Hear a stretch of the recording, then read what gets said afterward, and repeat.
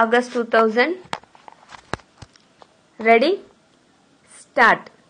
Mr. Deputy Speaker Sir, I am grateful to you that you have come to a stage when we can wind up the debates. I am very thankful to the honorable members for the very lively discussion that has taken place for so many days. If I am right, I think this is the first time that the foreign affairs debate has aroused so much attention. It is sad that over the years his practice had been given up, and many times the vital areas of government's activities like foreign affairs and defense were not taken for discussion and voted upon. I feel not only in this house but in the whole of the country there is a community of the people, the writers, the academicians and even the laymen who take the vital interest in India's foreign policy. This is a very big compliment to India's tradition. I can only assure you that it will be my endeavor, so long as I hold this charge, to try to enliven the debate. I will be very keen always not only to discuss here in the house but also with those who are experts outside to benefit from their views, outlooks and studies. In India, we have a heritage of foreign policy that represents the best of our culture. It also represents the views and the efforts of the master builders who built independent India. That is how our foreign policy was shaped. We did make many mistakes, yet those who were shaping the policies had both the candor and the courage to stand up in the house and to accept the mistake they made. I think if you ever discover mistakes that this government, as any other governments, make mistakes, it should also be viewed in the context of the tradition itself.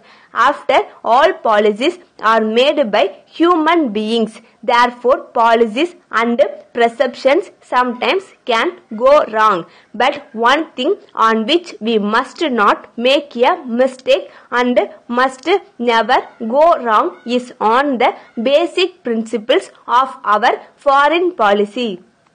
As I said here, for those 3 to 4 days discussing with the honorable members, hearing their views on various aspects of foreign policy, I felt more humble. I heard them with humanity because most of them are more learned than me. They know better than me. Therefore, I heard them with respect. I promise again that it would be my attitude all the time that I hold charge of this portfolio. In the debate, when I heard my friends, I found one thing missing. That was the perception of change that has taken place all over the world.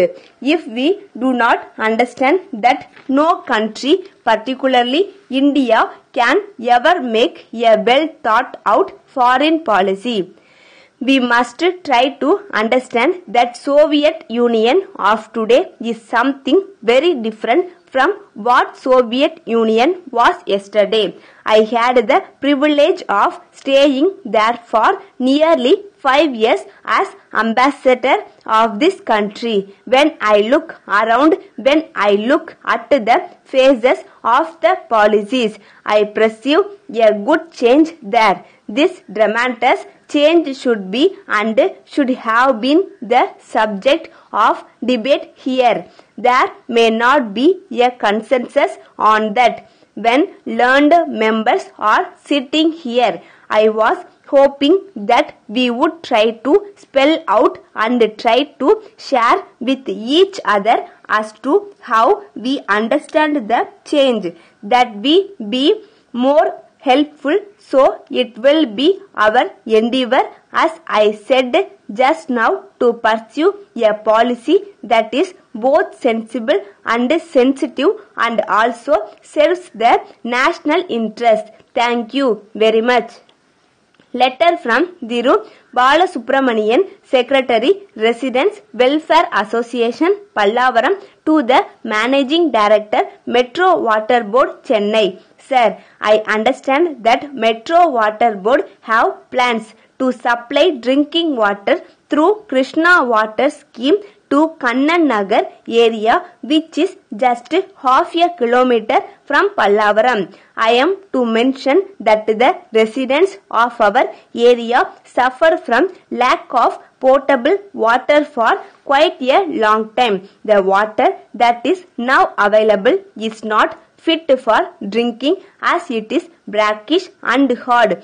At present, the residents are using mineral water for drinking purpose, which affects their monthly budget very much. This facility cannot be availed by people belonging to economically weaker sections because they may not be able to spare money to spend for this purpose. Hence, I would like to request you kindly to extend the Krishna Water Scheme to our area also when it is made available to our neighboring colonies.